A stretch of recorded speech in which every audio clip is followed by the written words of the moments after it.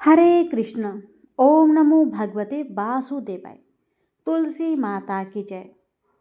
भक्तों, आज आप सभी श्रवण करेंगे माँ तुलसी की कथा। एकादशी व्रत के पूर्ण फल प्राप्त हेतु इस कथा को पूरा अवश्य सुनेगा।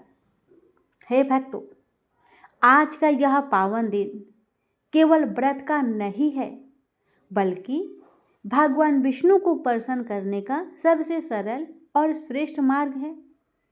जिस घर में तुलसी माता का वास होता है, वहाँ दरिद्रता, रोग, कलेश और अशांति स्वयं दूर हो जाती है और उस घर पर वैकुंठपति नारायण भगवान की कृपा सदा बनी रहती है। तो आज एकादशी के पवित्र दिन यदि श्रद्धा से तुलसी माता की पूजा, उनकी महिमा की कथा और अंत में आरती सुनी जाए तो जीवन के पाप कटते हैं, कष्ट दूर होते हैं और मनोकामना पूर्ण होती है। आइए बड़े ही श्रद्धा और प्रसन्नचित मन से इस कथा का रसपान करते हैं। लक्ष्मीपति विष्णु भगवान की जय। तुलसी माता की जय। एक बार माता लक्ष्मी भगवान विष्णु से पूछती है, हे स्वामी, तुलसी के पास दीपक जलाने का क्या महत्व है और रोज शाम को तुलसी के पास दिया क्यों जलाया जाता है? इससे मनुष्य को कौन सा फल प्राप्त होता है? तुलसी के पास दीपक जलाने की विधि क्या है तथा दीपक जलाते समय कौन से मंत्र का उच्चारण करना चाहिए? कृपया आप मुझे विस्तार से बतलाइए।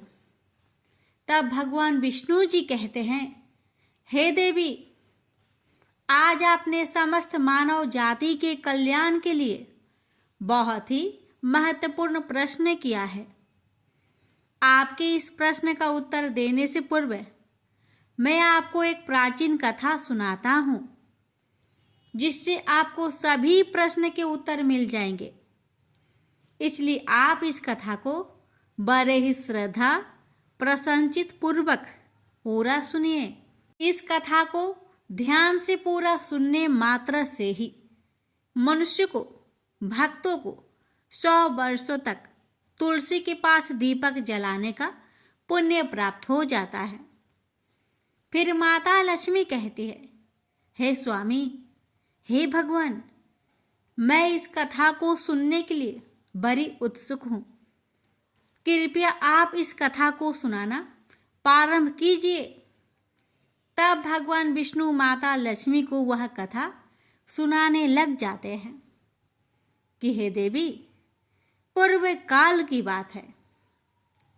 दक्षिण दिशा में तुंगभद्रा नाम की एक बहुत बड़ी नदी है। इस नदी के किनारे पर हरिहरपुर नाम का एक अत्यंत सुंदर नगर बसा हुआ था। उसी नगर में काशी नाम के एक ब्राह्मण निवास करते थे। वे अत्यंत गुणवान, चरित्रवान, धर्म कार्य करने वाले तथा वेदों के मार्ग पर चलने वाले थे। उन्होंने समस्त शास्त्र का अध्ययन किया हुआ था। उस ब्राह्मण की एक पत्नी थी, जिसे लोग दुराचार कहकर पुकारते थे, क्योंकि उसके कर्म ही उसके नाम के अनुसार थे। वह सदैव ही अपने पति को अपमानित करती थी। वह अपने पति के लिए कुवाच्य कहती रहती, पति को भयंकर दुख देती थी, पति के लिए कभी भोजन नहीं बनाती थी, अपने पति के साथ कभी शयन नहीं किया, कभी उसके साथ प्रेम से व्यवहार तक नहीं किया। पति के मित्र, परिवार के लोग घर पर आते तो वह स्त्री उनको अपमानित करके घर से भगा देती थी और स्वयं काम भाव से उन्मत्त होकर निरंतर अन्य वैभवचारिणी स्त्रियों के साथ घूमा करती थी। उसका मन पति को छोड़कर पराये पुरुष में लगा रहता था। उसने कभी अपने पति से प्रेम से बात तक नहीं की, किंतु पराये पुरुषों के संग बैठकर बातें करती थी।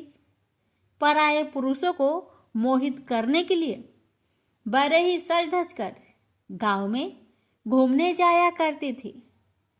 कभी वह वन में किसी वृक्ष के नीचे खड़ी रहकर सुंदर पुरुषों की राह देखने लगती और किसी दुष्ट पुरुष को मोहित करके उसके संग भोग विलास किया करती थी।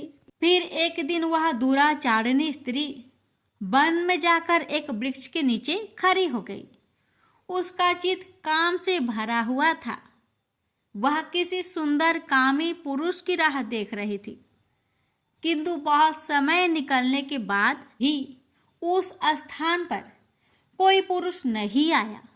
इसलिए वह अत्यंत दुखी हो गई और प्रियतम की खोज में इधर उधर देखने लगी।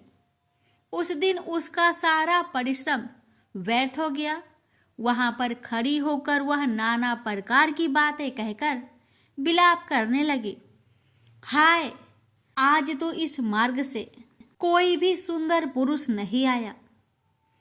अब मैं कैसे अपने काम वासना को शांत करूं? क्या करूं? आज की रात कैसे बीतेगी? यह सोचकर वह जोर जोर से रोने लगी। उस जंगल में एक भयानक बाघ निवास करता था।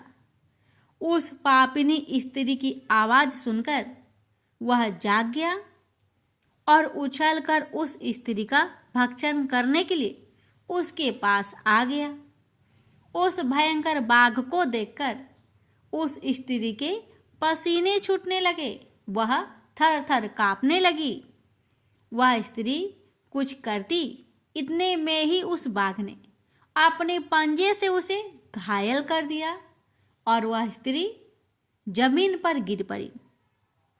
जमीन पर गिरते ही वह स्त्री चिल्लाते हुए बोली, अरे बाघ, तू किस लिए यहाँ पर आया है?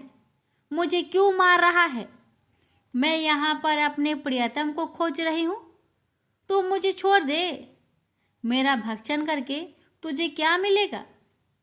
उस स्त्री की बात सुनकर वह भयानक बाघ क्षण भर के लिए रुक गया और हंसते हुए बोला, ए दुष्टा, आज विधाता ने मुझे मेरा ग्रास नियुक्त किया है। तुझ जैसी पापिनी स्त्रियों का भक्षण करना ही मेरा काम है। तभी मुझे इस शरीर से मुक्ति मिलेगी। बाघ की बात सुनकर वह स्त्री कहने लगी, हे बाघ, तुम कौन हो?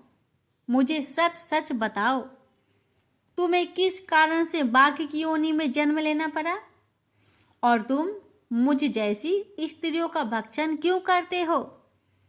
पहले मुझे सारी बात बताओ और फिर मेरा भक्षण करो। फिर बाघ कहने लगा, हे पापिनी, मैं तुझे मेरे पूर्व जन्म का वृत्तांत सुनाता हूँ कि किस कारण मुझे बाघ बनना पड़ा। पूर्व काल में दक्षिण देश में एक नदी थी। उस नदी के तट पर एक नगरी बसी हुई थी। उस नगरी में मैं निवास करता था। मैं एक ब्राह्मण का पुत्र था और नदी किनारे बैठकर यज्ञ आदि कार्य किया करता था। मैंने उस जन्म में अनेक पापियों के लिए यज्ञ किया। उन पापियों के घर का भोजन किया। मैंने धन के लोभ से अनेक पापियों के लिए कार्य किए। जिन वस्तुओं का दान ब्राह्मण को नहीं लेना चाहिए, उन वस्तुओं का दान मैंने ग्रहण किया और दूसरों से धन लेता था, लेकिन कभी वापस नहीं करता था। इस प्रकार से पाप करते हुए मुझे बहुत साल बीत गए और मैं बूढ़ा हो गया। मेरे बाल दाढ़ी सब सफ़ेद हो गए, आंखें सूज गई, मुंह के सारे दांत गिर गए, लेकिन फिर भी मेरी दान लेने की आदत नहीं छूटी और मैं पाप करता गया। फिर एक दिन मैं धन के लोभ से नदी किनारे गया और अन्य धूर्त ब्राह्मणों के साथ मिलकर हमने लोगों को ठगा। झूठे मंत्र का कथन बोलकर हमने बिना विधि विधान से किए ही देवी देवताओं का पूजन किया और बहुत सारा धन दान में ले लिया। फिर उसी स्थान पर एक बीमार कुत्ते ने मेरे पैर में काट लिया और मैं मूर्छित होकर गिर पड़ा। उसी क्षण मेरे प्राण भी चले गए। फिर यम के दूत उस स्थान पर प्रकट हुए और मुझे पकड़कर यमपुरी ले गए। वहां पर यमराज ने चित्रगुप्त से मेरे कर्मों का लेखा जोखा निकालने के लिए कहा।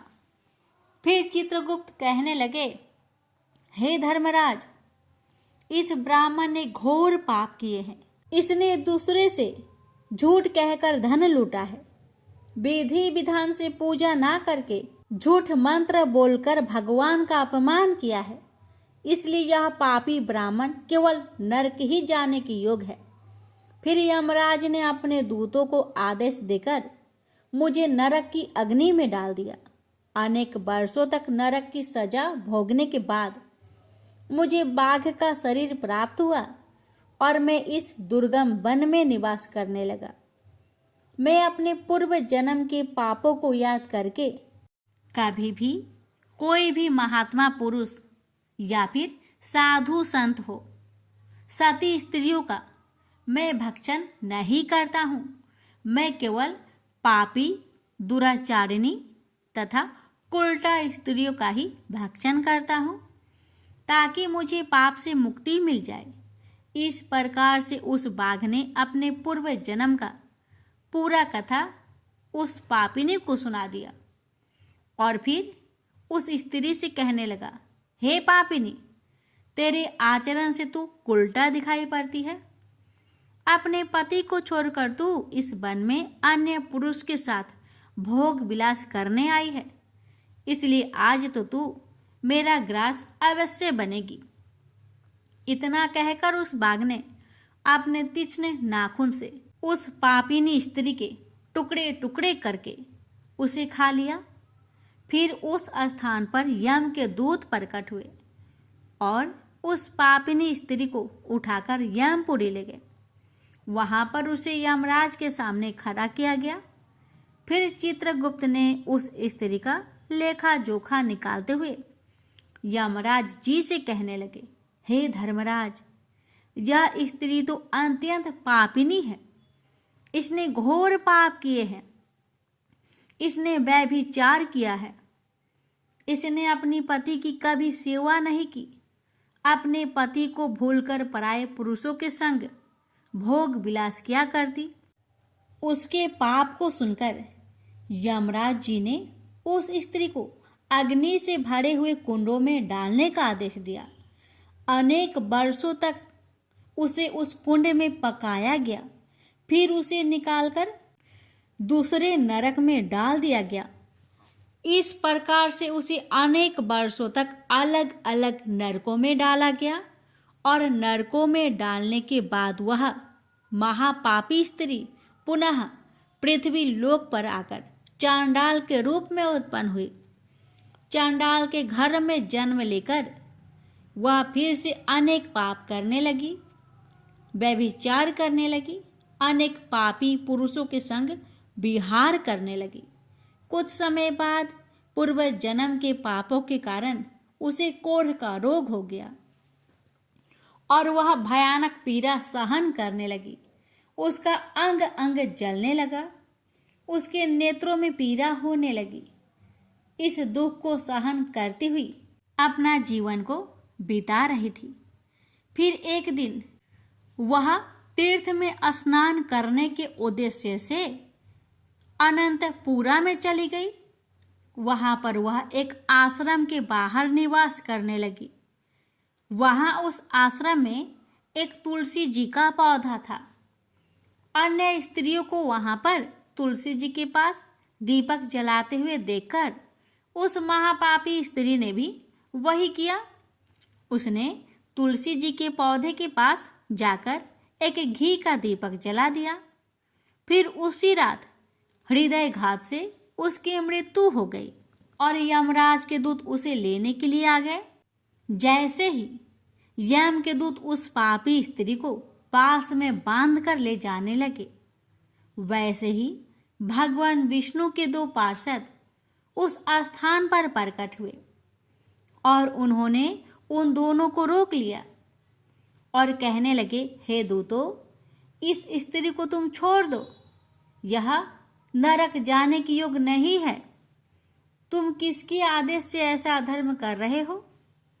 फिर यम के दूत कहने लगे, हे पार्षदों, हम यमराज के आदेश से इस पापी स्त्री को उठाकर ले जा रहे हैं, किंतु आप हमें किस कारण से रोक रहे हैं? यह स्त्री अत्यंत पापी है, महापापी है। इसने बहुत घोर पाप किए हैं, इसे नरक में जाने की आज्ञा मिली है। फिर पार्षद कहने लगे, हे दूतों, यह स्त्री तो विष्णु भगवान की भक्त है, यह नरक जाने की योग्य नहीं है। इसने शाम के समय तुलसी जी के पास दीपक जलाया है, इसी कारण से इसके समस्त पाप नष्ट हो गए हैं। इसलिए अब यह नरक जाने की योग्य नहीं है, यह स्वर्ग जाने की अधिकारी बन चुकी है। पार्षदों की बात सुनकर यमदूतों ने उस स्त्री को उस स्थान पर छोड़ दिया और यमलोक लौट गए। वहां जाकर उन्होंने यमराज को सारा वृत्तांत सुना दिया। फिर भगवान विष्णु के पार्षद उस स्त्री को दिव्य विमान पर बैठाकर स्वर्ग ले गए। भगवान विष्णु कहते हैं, हे देवी, इस प्रकार से तुलसी के पास दीपक जलाने मात्र से ही मनुष्य के सभी पाप नष्ट हो जाते हैं, सभी संकट कट जाते हैं। जो स्त्री नित्य शाम को तुलसी जी के पास दीपक जलाती है, वह सौभाग्यशाली बन जाती है। उसके पूर्व जन्मों के सभी पाप नष्ट हो जाते हैं, उसे सुख समृद्धि की प्राप्ति होती है। रोज तुलसी के पास दीपक जलाते समय इस मंत्र का उच्चारण करना चाहिए। ओम तुलसी देवे च विद्महे विष्णुप्रियाय च धीमहि तन्नो बृंदा प्रचोदया। इसका अर्थ है, विष्णुप्रिया तुलसी, मैं आपको नमन करती हूँ, आप मुझे उच्च बुद्धि दीजिए। हे वृंदा, आप मेरे मन को रोशन करें। भगवान विष्णु कहते हैं, हे देवी, हजारों अमृत के घरों से नहलाने पर भी श्री हरि विष्णु को उतनी तृप्ति नहीं होती जितनी कि वे मनुष्य के द्वारा तुलसी का एक पत्ता चढ़ाने से प्राप्त करते हैं। 10,000 गौदान से मानव को जो फल प्राप्त करता है, वही फल तुलसी पत्र के दान से पा लेता है। जो मृत्यु के समय अपने मुख में तुलसी पत्र का जल पा जाता है, वह संपूर्ण पापों से मुक्त होकर भगवान श्री हरि विष्णु के धाम को जाता है। हिंदू धर्म में तुलसी के पौधे का महत्व सबसे अधिक है। इसकी सबसे पहले पूजा भगवान विष्णु ने की थी। भगवान विष्णु कहते हैं, जिस प्रकार से देवी लक्ष्मी से बैकुंठ को ऐश्वर्य प्राप्त है, उसी प्रकार से बैकुंठ में तुलसी के कारण ही पवित्रता प्राप्त है। पृथ्वी लोक पर जिस स्थान पर भी तुलसी का पौधा होगा, उस स्थान पर कभी बुराई का वास नहीं होगा। ऐसा स्थान सबसे अधिक पवित्र होगा। इसी कारण से हमें हमारे घर में तुलसी का पौधा अवश्य लगाना चाहिए। इस प्रकार से भगवान विष्णु ने तुलसी के पास दिया जलाने का महत्व, महिमा बताए। अगर कथा अच्छी लगे तो कमेंट बॉक्स में तुलसी महारानी की जय अवश्य लिखें और इस वीडियो को एक शेयर अवश्य करें। भगवान विष्णु आप सभी भक्तों की हर मनोकामना को पूर्ण करें। प्रेम से बोलिए जय श्री हरि। बहुत समय पहले की बात है। एक गांव में एक बुढ़िया माई रहती थी। उसका जीवन बहुत साधारण था, परंतु उसका मन भक्ति और विश्वास से भरा हुआ था। हर सुबह वह अपने छोटे से आंगन में तुलसी माता की पूजा करती, दीप जलाती और जल अर्पित करती। तो जब वह बुढ़िया माई तुलसी जी को जल देती तो बड़े प्रेम से कहती, हे माँ, हे तुलसी माता, तू सत की दाता, मैं तेरा बिरला सींचती हूँ। मुझे बहू दे, पीतांबर की धोती दे, मीठा मीठा घास दे, बैकुंठ का वास दे, चटक की चाल दे, पाठक की मौत दे, चंदन का काठ दे, रानी सा राज दे, दाल भात का भोजन दे, 11 की मौत दे और कृष्ण जी की कांधा दे। तो बुढ़िया माई रोज एक ही और यही प्रार्थना करती थी। तुलसी माता ने यह सुनकर सोचना शुरू किया कि बाकी सब वरदान तो मैं इस माई को किसी न किसी रूप में पूरी कर ही सकती हूँ, परंतु कृष्ण जी का कंधा मैं कहाँ से लाऊं? यह तो मेरी शक्ति से परे है। भक्तों, जैसे माँ अपने बच्चों की चिंता फिक्र करती है, अब वैसे ही देखिए माँ तुलसी भी उस बूढ़ी माई के लिए चिंता फिक्र कर रही है और इतना सोच रही है उस बूढ़ी माई के बारे में जिस स्वयं माँ तुलसी ही सूखने लगी। भक्तों, इसी को कहते हैं माँ। तो आगे की कथा ये है कि धीरे धीरे तुलसी माता सूखने लगी। भगवान श्री कृष्ण ने यह जब देखा तो पूछा, हे तुलसी, तुम क्यों सूख रही हो?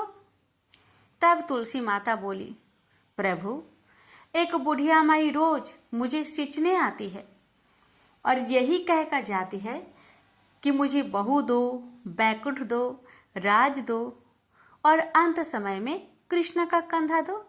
बाकी सब तो मैं दे सकती हूँ, पर आपका कंधे का वरदान में कहाँ से दूं? भगवान श्री कृष्ण मुस्कुराए और बोले, हे तुलसी, तू चिंता मत कर। जब बुढ़िया माई का समय आएगा तो मैं स्वयं आकर उसे अपने कंधे का सहारा दे दूंगा। भक्तों, समय इसी तरह बीतता गया। बुढ़िया माई का जीवन धीरे धीरे संध्या की ओर बढ़ा। उसका विश्वास कभी डगमगाया नहीं। वह रोज तुलसी माता से वही एक ही प्रार्थना करती रही। फिर एक दिन पवित्र 11 का दिन आई। बुढ़िया माई ने उसी दिन का निश्चय किया कि हे माँ, हे तुलसी माता, मेरा अंत अब 11 के दिन ही हो। यही मेरी सबसे बड़ी इच्छा है कि मेरे प्राण इस पावन दिन में ही निकले और मुझे प्रभु के धाम की प्राप्ति हो। उस दिन भी बुढ़िया ने तुलसी माता को जल चढ़ाया और प्रार्थना की। भक्तों, कुछ ही समय बाद बुढ़िया माई का शरीर शिथिल होने लगा। गांव वाले इकट्ठा हो गए। सबने उसे उठाने का प्रयास किया, पर उसका शरीर बहुत भारी हो गया था। कोई उसे हिला भी न पा रहा था। सब हैरान थे कि आखिर ये क्या रहस्य है? ये बूढ़ी माई इतनी भारी कैसे हो गई? भक्तों, तभी वहां एक 12 बरस का सुंदर बालक आया। उसका रूप इतना मोहक था कि सब लोग मंत्र मुग्ध हो गए।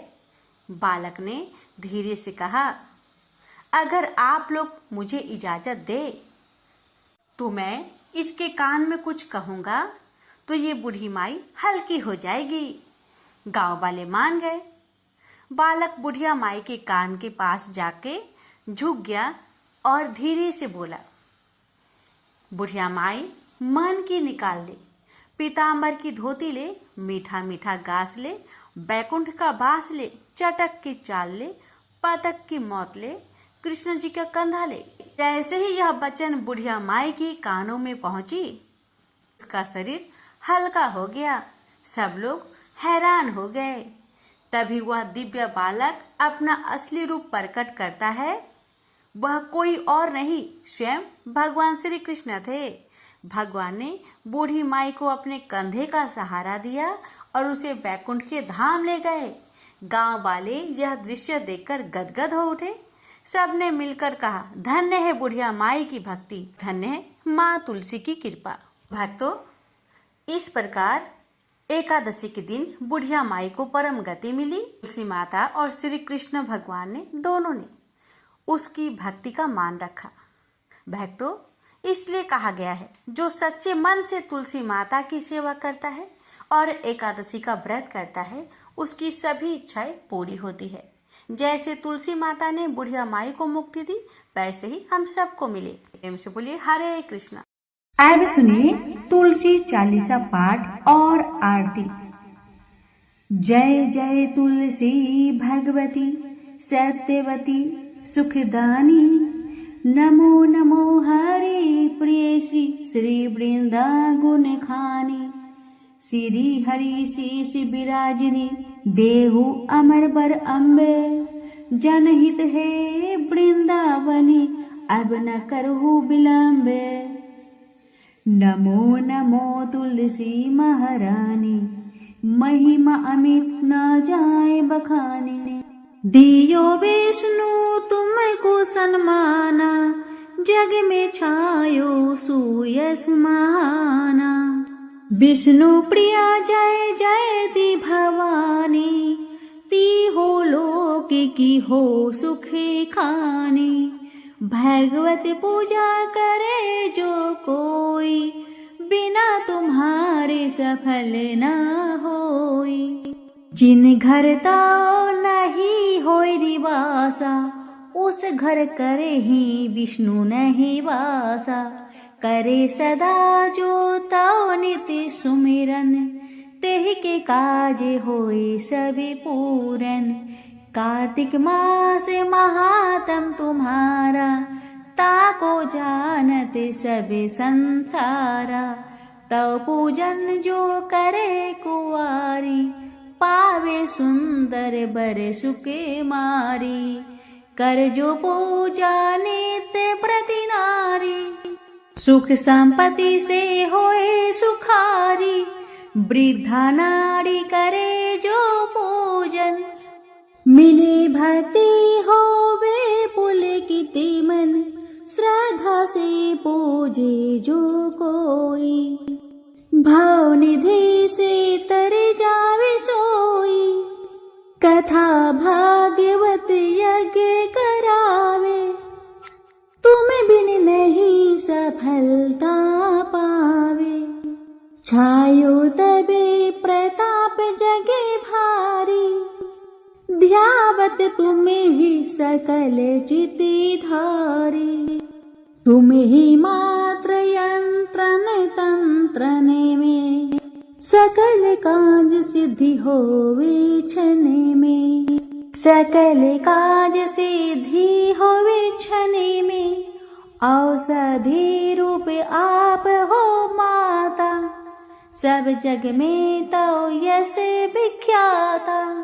देव ऋषि मुनि और तपेधारी करत सदा तो जय जयकारी।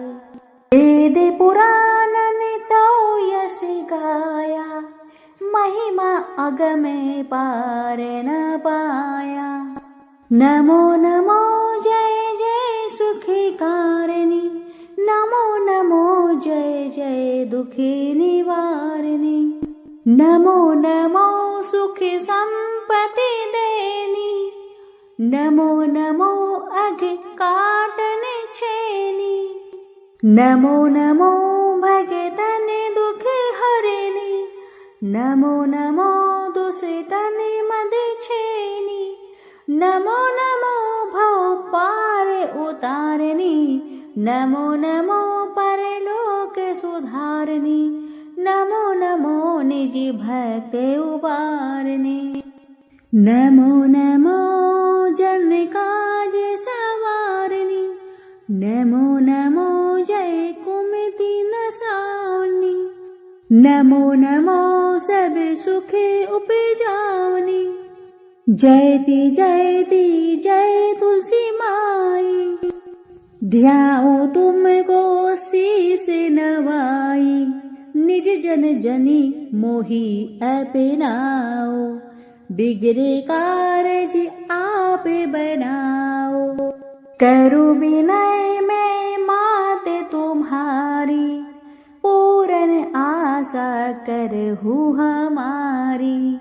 शरण चरण कर जोरी मनाओ। निस दिन तेरे ही गुण में गाओ।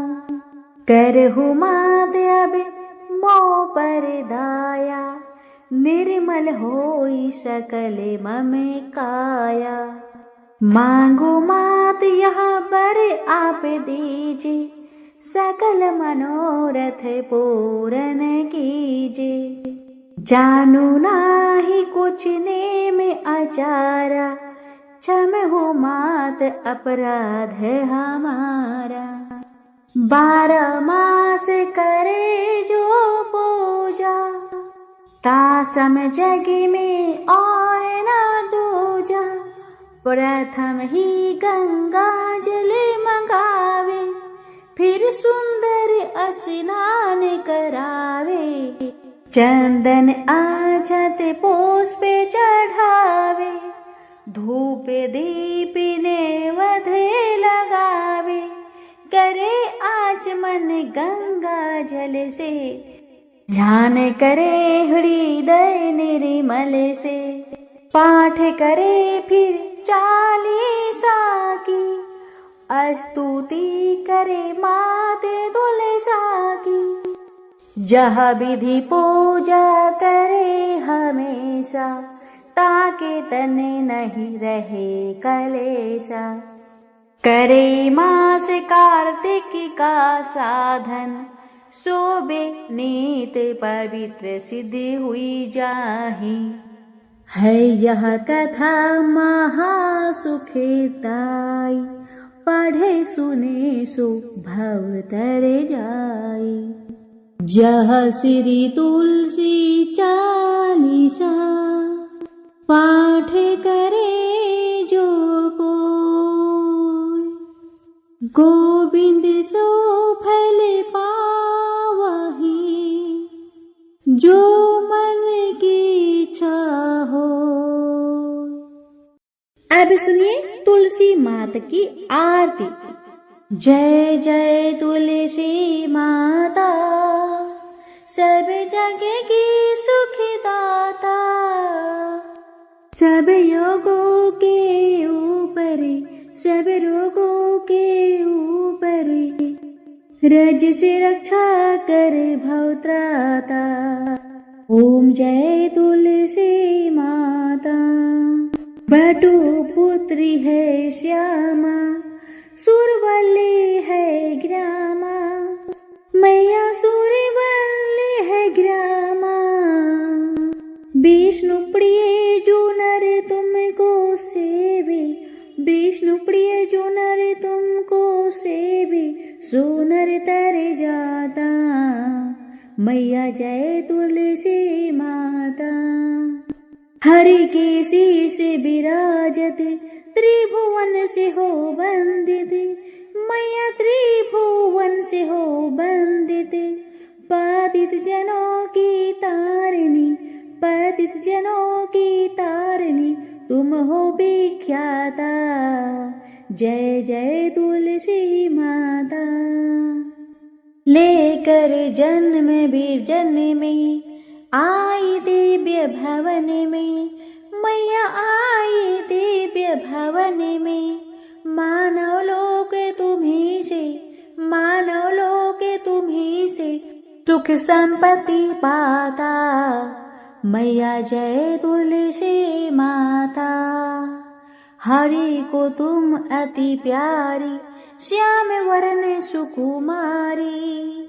मैया श्याम वरण सुकुमारी। प्रेम अजब है उनका, प्रेम अजब है उनका। तुमसे कैसा नाता, ऐ जय तुलसी माता। हमारी विपद हरो तुम, कृपा करो माता। मैया जय जय तुलसी माता। जय जय तुलसी माता। मैया जय जय तुलसी माता। सब जग की सुखदाता, सबकी वर माता। जय जय तुलसी माता। मैया जय जय तुलसी माता।